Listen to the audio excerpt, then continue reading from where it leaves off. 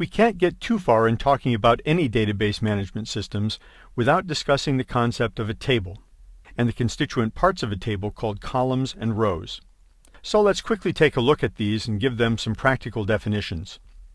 A table is the basic storage structure for data in any relational database management system. Generally, a table is used to contain the data for a specific entity in our application, such as a customer or a product. We will generally have many tables within a given database. We will talk more about relationships among tables when we briefly discuss database design later in this chapter, but for now we just need to get down what a table is. A table cannot exist without being defined. We define a table by describing the kinds of data that the table is to contain. That is, what pieces of information do we want to store that describe a specific entity of the type for which the table is intended. We call these descriptors columns. So a column is a part of the definition of a table. A column exists even before we put any data into the table. Each table must contain at least one column. And a table with only one column isn't terribly useful, so most tables will have many columns.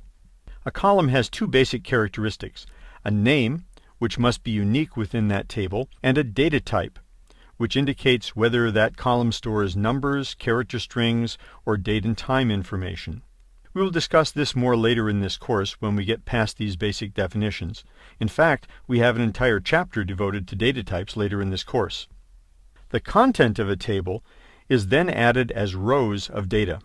Each row contains a value of the appropriate data type for each column in the table's definition. The values in each row describe a specific entity. That is, the values in a row all belong together. We can think of a row as the data for an individual member of the table, and the values contained in the row as properties of that member. In MySQL, there is an additional twist to the way data is stored in a relational database management system. We must assign a storage engine to each table. The storage engine determines how the data of that table is to be handled, what files must be set up and maintained for storage of that data, and other things. Each storage engine offers additional mechanisms and internal structures intended to streamline data access for specific circumstances. There is an entire chapter of this course devoted to some basics of the various storage engines, and we go into even more detail in the course on MySQL 5 administration. Here's the way we usually visualize a table. Notice how I have separated the column definitions from the data content of the table. Also, each row has an ID value.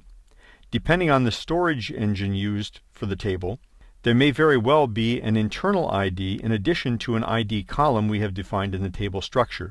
It is always good practice to designate a column, or a small group of columns, as a unique identifier for a row of data. This identifier is known as the primary key. But that gets into the subject of database design, which is what we begin to discuss in the next lesson.